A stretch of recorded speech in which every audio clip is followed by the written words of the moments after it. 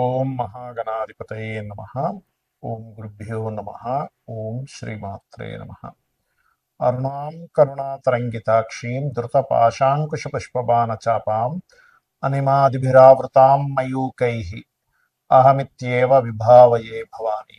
శ్రీమాత్రే నమః. ప్రేక్షకులకి ఆ లలితాంబిక అమ్మవారి యొక్క అనుగ్రహం పరిపూర్ణంగా కలగాలని మనస్ఫూర్తిగా కోరుకుంటూ మనం ఈరోజు ఆంగ్ల నూతన సంవత్సరం రాబోతుంది ఒక 3-4 నెలల్లో.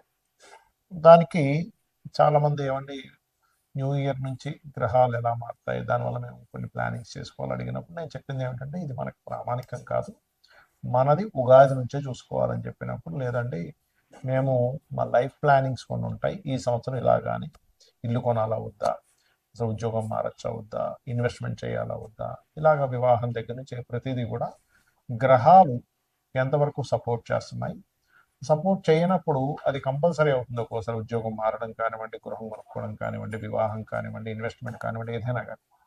మరి అలాంటప్పుడు ఇటువంటి పరిహారాలు చేసుకుంటూ దాని ముందుకు వెళ్ళాలి అనే విషయం తెలుసుకోవాలి కదా. కాబట్టి మీరు కాస్త చెప్పండి అని చెప్పి నన్ను చాలామంది అడగడం వల్ల ఆంగ్ల నూతన సంవత్సరం యొక్క జనవరి నుంచి డిసెంబర్ వరకు ఉన్నటువంటి గ్రహస్థితిని అనుసరించి చెప్పడం జరుగుతుంది. అయితే ఈ విషయాలు చెప్తుంది నేనైనప్పటికీ కూడా చెప్పిస్తుంది సాక్షాత్ లలిత అమ్మవారికి అని భావిస్తే అసలు గ్రహాలు ఎలా మారుతున్నాయి ఈ న్యూ ఇయర్ చూద్దాం. ఇక్కడ చూసుకున్నట్లయితే మనకి నూతన సంవత్సరం ప్రారంభంలో అంటే జనవరి 1వ తేదీకి 1 డిగ్రీలో ఉంటున్నాడు శని. ఎందుకంటే ఈయన వక్రగతి మళ్ళీ ముందుకెళ్ళాడు కదా. 1 డిగ్రీలో ఉన్న శని జూలై 27కి 2026 జూలై 27కి వక్రిస్తాడు. వక్రించి అతని వక్రత్యాగము 10th డిసెంబర్ రోజు వక్రత్యాగం అనేటువంటిది పోతుంది, గుర్తుపెట్టుకోండి. రైట్. ఇక అలాగే మేజర్ ప్లానెట్ శని, రెండవది మేజర్ ప్లానెట్ అయినటువంటి గురువు మనకి జనవరిలో 27 డిగ్రీల్లో ఉంటున్నాడు మిథున రాశిలో. అలా ఉన్నటువంటి గురువు పర్టికులర్గా జూన్ 2వ తేదీకి కర్కాటకంలోకి అంటే ఉచ్చస్థితిలోకి వస్తున్నాడు. ఆ ఉచ్చస్థితిలోకి వచ్చినటువంటి గురువు మరలా ఎంతవరకు ఉంటాడు ఆ కర్కాటక రాశిలో అంటే 1 నవంబర్ 2026 వరకు ఉంటాడండి. అంటే 1 నవంబర్ 26కి మళ్ళీ సింహంలోకి వెళ్ళిపోతున్నాడు. ఎందుకంటే మనకి ఆల్రెడీ 2025 సంవత్సరంలో అక్టోబర్, నవంబర్, డిసెంబర్ మాసాల్లో అతిచారంలో ముందుకు వచ్చి వెనక్కి వెళ్ళాడు ఆయన ఆల్రెడీ. అంటే అక్కడ ఒక 3 నెలలు ఆయన కాంబినేషన్ వచ్చేసింది. సో మళ్ళీ తర్వాత సింహంలో మళ్ళీ వక్రిస్తాడు. That is different thing. అది డిసెంబర్, జనవరి ఆ టైమ్స్లో జరుగుతుంది చెప్పాలంటే. రైట్. ఇక రాహుకేతువులు కూడా ఈ సంవత్సరం ఎప్పుడు మారుతున్నారు ఏమిటి అని చెప్పి చూసుకున్నట్లయితే పర్టికులర్గా ఈ రాహువు కేతువు 25 నవంబర్ 2026 వరకు సింహ కుంభరాశిలో ఉంటున్నారు. దాని తర్వాత ఈ కేతు కర్కాటకంలోకి వెళ్ళడము, రాహు మకరంలోకి రావడం జరుగుతుంది. కాబట్టి ఈ యొక్క గ్రహస్థితిని అనుసరించి ఎవరెవరికి ముందుగా లగ్నమే తీసుకోండి. లగ్నం తెలియదు అనుకున్న వారు రాశి హ్యాపీగా చూసుకోవచ్చు, దీని ఏమీ కన్ఫ్యూజన్ లేదు. లగ్నం ఎవరికి తెలుస్తుంది అంటే టైం ఉన్న వారికి లగ్నం తెలుస్తుంది, టైం లేని వారు రాశి చూసుకుంటారు. సింహం వారికి కనుక చూసుకున్నట్లయితే సింహం వారు ఇప్పుడు ప్రస్తుతం మీకు ఏకాదశంలో గురువు, అష్టమంలో శని, అష్టమ శని జరుగుతుందని, అలాగే లగ్నంలో కేతువు, సప్తమంలో రాహు ఉన్నారు. ఈ మేజర్ ప్లానెట్స్ యొక్క మార్పు ఎప్పుడు జరుగుతుంది, దానివల్ల ఫలితాలు ఏమిటి అని చూసుకున్నట్లయితే సహజంగా లగ్నంలో కేతు అనేటువంటిది మీకు ఆధ్యాత్మిక యోగాన్ని, గొప్ప జ్ఞానాన్ని ఇస్తాడు. కేతు ఎంతసేపు ఆటంకాలు ఒకటే కాదు, జ్ఞానకారకుడు, ఆధ్యాత్మిక కారకుడు. మన లైఫ్లో అసలు మనం ఎందుకు పుట్టాము అనేటువంటి కొన్ని విషయాలకు విరక్తి కలిగేలాంటివి కూడా చేస్తాడు. కొన్ని విషయాలు విరక్తి కలిగితేనే మనకు జ్ఞానం వస్తుంది. కాబట్టి కొన్ని విషయాల విరక్తి వద్దు అనుకోవడం, కొంత స్ట్రెస్ అవ్వడం, ఇటువంటి అన్ని కూడా ఇస్తూ ఉంటాడు. అయితే ఈ కేతువు లగ్నంలో ఉంటూ ఎప్పుడైతే సప్తమంలో రాహు ఉన్నాడో మీరు ప్రధానంగా మీ వివాహ సంబంధించిన ప్రయత్నాలన్నీ కూడా ఈ సంవత్సరం 2026 జనవరి వరకు ఉంటాడు కాబట్టి, అంటే 2026 25 నవంబర్ 2026 వరకు, నవంబర్ వరకు ఉంటాడు కాబట్టి, ఈ జనవరి నుంచి నవంబర్ వరకు ఉంటాడు కాబట్టి మీరు వివాహ ప్రయత్నాలు లేదా ఎవరితోనైనా పార్ట్నర్షిప్ చేసేవి అన్నీ కూడా ఫారెన్ రిలేటెడ్ వస్తుంటాయి. సప్తమ స్థానం పార్ట్నర్షిప్ స్థానంలోని జీవిత భాగస్వామి స్థానంలో రాహు ఉన్నాడు కాబట్టి.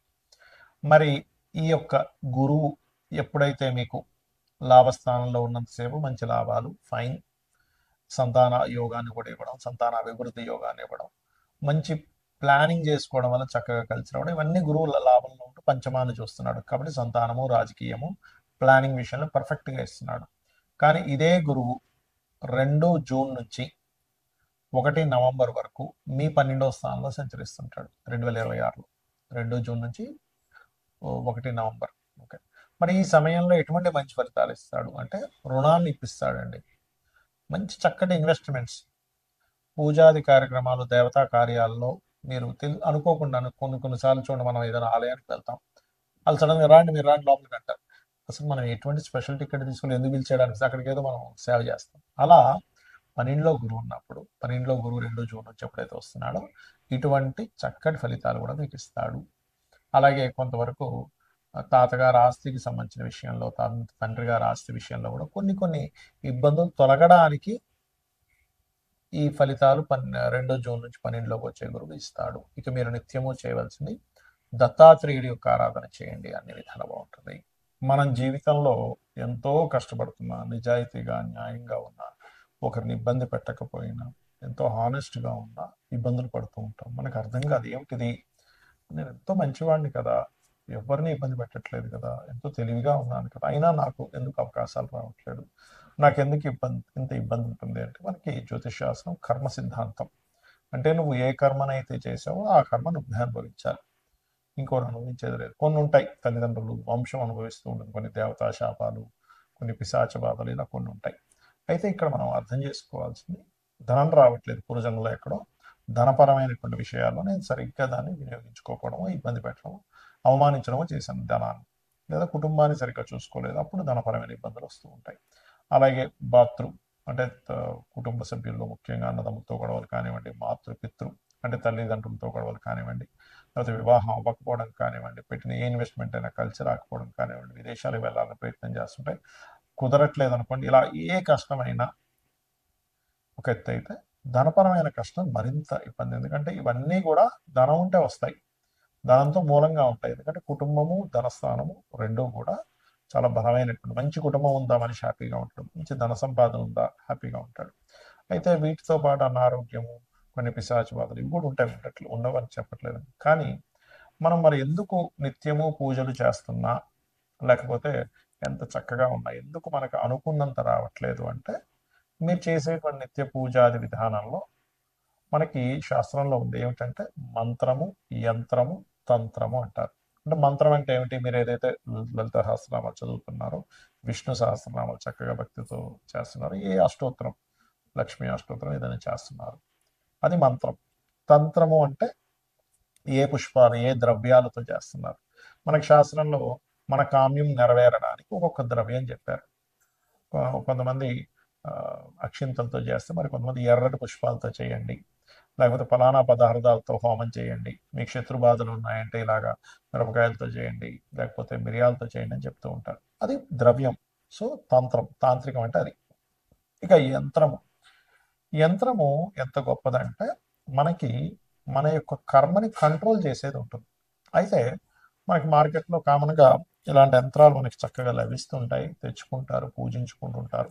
ఈ యంత్రానికి ఉన్న శక్తిని బట్టి అంతవరకు దాని ఫలితం ఇస్తుంది. అయితే మనకి శాస్త్రంలో చెప్పింది ఏమిటి అంటే, ఈ రకంగా ఈ ప్యూర్గా లేనట్లయితే అది అంత ఫలితం ఇవ్వదు. ప్యూర్గా ఉండాలి ఎప్పుడు కూడా.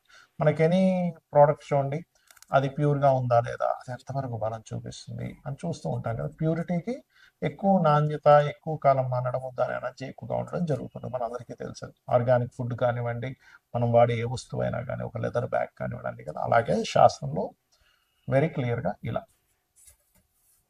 ఇది ఏమిటంటే చూసుకున్నట్లయితే చూడండి క్లియర్గా, ఇది లక్ష్మీ యంత్రము, ప్యూర్ కాపర్ అన్నమాట. ఇది ప్యూర్ కాపర్, మీరు టెస్ట్ చేయొచ్చు కూడా కావాలండి. ఈ ప్యూర్ కాపర్ మీద మన యంత్రం వేసుకొని తీసుకెళ్ళి ఇంట్లో పెట్టేసుకుంటే వస్తుందా అంటే అలా పనిచేయదు. మనకు చాలామంది పాపం అమాయకంగా మార్కెట్లో ఇది దొరుకుతుంది కదా అని తీసుకెళ్ళి పూజ చేసేసుకుంటారు. ఇది పూజ చేసుకున్నందుకు కొంత ఫలితం ఇస్తుంది, నేను ఇవ్వదు అని చెప్పట్లేదు. కానీ ఇదే యంత్రంలో కనుక మీరు చక్కగా దీనికి పంచవాసములు అంటారు. అంటే ధాన్యవాసము, అంటే ధాన్యంలో ఒక రోజు పెడతారు. పుష్పావాసం, పుష్పాల్లో ఒక రోజు పెడతారు కొన్ని మంత్రాలు చదివి. అలాగే జలావాసము, జలంలో కొన్ని రోజులు పెడతారు. అలాగే క్షీరావాసం, భూవాసం, ఇలా 5 వాసములు చేసినప్పుడు దీనికి ఒక శక్తి వస్తుంది. ఇలా 5 వాసాలు చేసినటువంటి యంత్రానికి రుద్రాభిషేకం చేస్తారు. ఏకాదశ రుద్రాభిషేకం, సహస్ర రుద్రాభిషేకం చేసేవారు కూడా ఉంటారు. అలా చేసి కొన్ని జపాలు కొన్ని రోజుల పాటు జపం చేసి ఈ యంత్రానికి శక్తిని చేకూరుతారు. ఈ పద్ధతి మనకి ఆలయాల్లో పెడుతూ ఉంటారు. మీరు గమనించండి. ఇప్పుడు మనకి మన రాముడి విగ్రహం పెట్టేటప్పుడు కూడా కొన్ని వేల సంఖ్యలో కొన్ని లక్షల సంఖ్యలో జపం చేసి దానికి పెట్టారు. ప్రతి ఆలయంలోని మనకి ఆదిశంకరాచార్యులు వారు కూడా యంత్ర స్థాపన చేశారు. తిరుపతిలోని చాలా ప్రదేశాలు. అంటే అది ఆకర్షణ ఇస్తుంది. ఆకర్షణ ఎప్పుడైతే ఎక్కడైతే ఉంటుందో, ఎందుకంటే కుజుడు ఆకర్షణ కారకుడు, కుజుడికి సంబంధించిన మెటల్ ఈజ్ కాపర్. కాబట్టి ఇక్కడ మీరు అర్థం చేసుకోవాల్సింది ఏంటంటే, మీరు అనుకున్నంత స్థాయికి మీరు వెళ్ళలేకపోతున్నారు, మీరు ఇంకా రీచ్ అవ్వలేకపోతున్నారు, ఎంత ధర్మంగా ఉన్నా ఎంత కష్టపడుతున్నా అంటే మన కర్మ అడ్డుపడుతుంది. కర్మని తొలగించేటువంటి శక్తి కుజుడికి ఉంటుంది. అంటే కుజుడు అంటే ప్రయత్నం. అందుకే నువ్వు ప్రయత్నం చేయి, నీకు గ్రహాలు కూడా అనుకూలిస్తాయి అంటూ ఉంటారు. అంటే కుజుడు ప్రయత్నం, కుజుడు కష్టపడి చేసేది, ఎలాగైనా సరే విక్టరీ అవ్వాలని. అందుకే చూడండి, ఎవరికైనా కుజుడు స్ట్రాంగ్గా ఉంటే వాళ్ళు ఈ యొక్క స్పోర్ట్స్లో రాణిస్తారు. సరే, ఏంటంటే కర్మకారకుడు, ఆయనే మనకేం శత్రువు కాదు, మన కర్మ మనకు అందిస్తున్నాడు. మనం ఒక రక్షణ కవచంగా మనం ఏర్పరచుకోవాలంటే మంత్రం, తంత్రం, యంత్రం. సో ఈ యంత్రాన్ని పెట్టుకొని మీ గోత్రనామాలతో చేయించుకొని మీరు కనుక ఇంట్లో పెట్టుకొని మీరు కనుక దానికి రోజు నిత్య అనుష్ఠానం అంటారు, పొద్దున్న సాయంత్రం చక్కగా పూజ చేసుకోవడము, దానికి నైవేద్యం కొబ్బరికాయను కొట్టచ్చు. పంచోపచార పూజ, ఏదో పెద్ద పెద్ద పూజలు ఏమి అక్కర్లేదు. చక్కగా పంచోపచార పూజ అంటే గంధము, పుష్పము, అదేవిధంగా నైవేద్యము, ధూపం, దీపం, భక్తి శ్రద్ధలతో కనుక చేయగలిగితే మీరు పడేటువంటి కష్టానికి ఫలితం ఉంటుంది, గుర్తుపెట్టుకోండి. అయితే ఇక్కడ ఏంటంటే మనం తీసుకునేటువంటి యంత్రం దాని ఎంత ఇదిగా క్రియేట్ అవ్వాలి. ఇప్పుడు చూడండి, ఒక సిమ్ కార్డు ఉంది, మనం వెళ్ళి సిమ్ కార్డు కొనేసుకొని మనం ఫోన్లో పెట్టుకుని పని చేయదు. ఎందుకు పని చేయదు? దాన్ని అది యాక్టివ్ అవ్వలేదు. సరే, యాక్టివ్ అయ్యింది, మంచి సిమ్ కార్డు తీసుకోవాలి. అంటే అలాగా మంచి సిగ్నల్స్ వచ్చే కంపెనీలు తీసుకుంటాం, లేకపోతే సిగ్నల్స్ సరిగ్గా రావు. అలాగే సిమ్ కార్డు వేసుకున్న తర్వాత మళ్ళీ ఎవ్రీ మంత్ రీఛార్జ్ చేయడం, లేకపోతే ఫోన్ని ఛార్జింగ్ పెట్టడము, ఎవ్రీ మంత్, లేకపోతే దానికి డాటా కొన్ని ఉంటాయి, అవన్నీ రీఛార్జ్ చేస్తూ ఉంటాం. అంటే అలాగే మనం ఏదో ఇంట్లో యంత్రాన్ని పెట్టేసుకోవడం కాకుండా ఈ యంత్రానికి సరిగ్గా పరివార దేవతలు ఎవరు, ఎటువంటి బీజాక్షరాలు, ఎటువంటి సమయంలో యంత్రం వేయాలి, దీనికి ఎలాంటి వాసాలు చేయాలి, దాని తర్వాత మనం తెచ్చుకొని ఇంట్లో పెట్టుకున్నాక కూడా దాన్ని ఎలాగ చేసుకోవాలనేటువంటి సరైన పద్ధతి కనుక చేసినట్లయితే మనకి మన కర్మలకి మనలో కూడా బుద్ధి చైతన్యం, అంటే నేనేం చేస్తున్నాను ఒక క్లారిటీ, నేను ఎలా కష్టపడాలని ఒక క్లారిటీ, ఏ రకంగా ఉండాలనేటువంటి ఒక క్లారిటీ ఆ యొక్క అమ్మవారు మన బుద్ధి అందు ప్రవేశపెడుతుంది. తద్వారా మనం జీవితంలో కష్టాల నుంచి బయటపడగలుగుతాము. శ్రీమాత్రే నమః.